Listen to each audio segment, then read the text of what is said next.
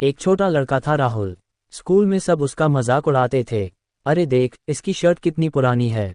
राहुल चुप रहता, घर जाके अपने पापा की पुरानी शर्ट पहनता क्योंकि उसके पास नए कपड़े नहीं थे। एक दिन स्कूल में एक ड्राइंग कंपटीशन हुआ। राहुल ने एक ड्राइंग बनाई। एक पापा जो अपने बेटे को मुस्कुराता देखकर खुश होता है, चाहे उसकी पॉकेट खाली हो। टीचर ने पूछा, ये किसकी ड्राइंग है बेटा? राहुल बोला, मेरे पापा की। वो नए कपड़े नहीं ला पाते लेकिन हर दिन मुझे गले लगाते हैं। पूरा क्लास चुप हो गया। अगले दिन स्कूल के सबसे अमीर स्टूडेंट ने राहुल को एक गिफ्ट दिया, एक नई शर्ट, और बोला, मुझे भी तेरे जैसे पापा चाहिए। कभी कभी प्यार और इज्जत दिखाने के लिए नए कपड़ों की जरूरत नहीं होती। रोहन एक छोटा लड़का था जो रोज रात को अपने पापा का इंतजार करता, लेकिन पापा हर दिन लेट आते थे, खामोश, थके हुए। रोहन ने कभी कुछ नहीं बोला, सिर्फ सोफा पर बैठा रहता, पापा के आने का वेट करता।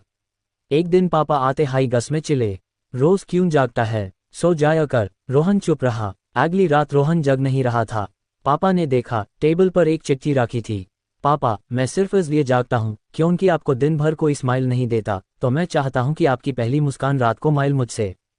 पापा की आंखों में आंसू थे, और इस बार उन्होंने पहली बार रोहन को जीले लगाया और कहा, मुझे माफ कर देना, मैं थोड़ा लेट समझा।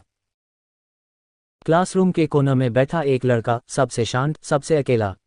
ना उसके पास दोस्तों का सर्कल था, ना ही उसका नाम किसी टीचर की लिस्ट में टॉप पर होता। उसका नाम था अर्जुन। वो हमेशा लास्ट बेंच पर बैठता था, बिना शोर मचाए। बाकी स्टूडेंट्स उससे लाइटली लेते थे। जब भी कोई टीचर सवाल पूछ, सब उसकी तरफ देखकर मुस्कुराते, जैसे कह रहे हो, इससे क्या हाई पता होगा। एक दिन टीचर ने उससे गस में पूछ लिया, हमेशा पीछे क्यों बैठते हो? कुछ समझ भी आता है? क्लास के सब लोग हंसने लगे। अर्जुन ने कुछ नहीं कहा, बस हल्का सा मुस्कारा दिया। कुछ हफ्तों बाद एग्जाम्स हुए और जब रिजल्ट आया, सब हैरान रह गए। ब्लैक बोर्ड पे लिखा था, क्लास टॉपर अर्जुन। पूरा क्लास शॉक्ड। टीचर ने पूछा, ये कैसे हुआ? अर्जुन ने सीधी सी बात कही, जब सब बोर्ड पर लिखा देख रहे थे, मैं आपकी आंखों में समझ रहा था। मुझे याद नहीं करना था, मुझे समझ आना था। पूरे क्लास में सन्नाटा छा गया। उस दिन सबको समझ आया, जो लड़का सबसे पीछे दिखता था वो असल में सबसे आगे चल रहा था। एक स्कूल के असेंबली ग्राउंड में सब बच्चे लाइन में खड़े थे। तभी एक लड़का बोला, अरे उसके शूज तो देखो, इतने बेकार हैं। सब हंसने लगे। जिसका मजाक बना, उसका नाम था रहीम। उसने बस हल्का सा मुस्कुरा के जमीन की तरफ देख लिया। नेक्स्ट डे वही लड़का एरियन स्कूल में नए महंगे शूज पहने आया, पर उसके शूज गायब हो गए। पूरा स्कूल छान मारा, पर शूज नहीं मिले।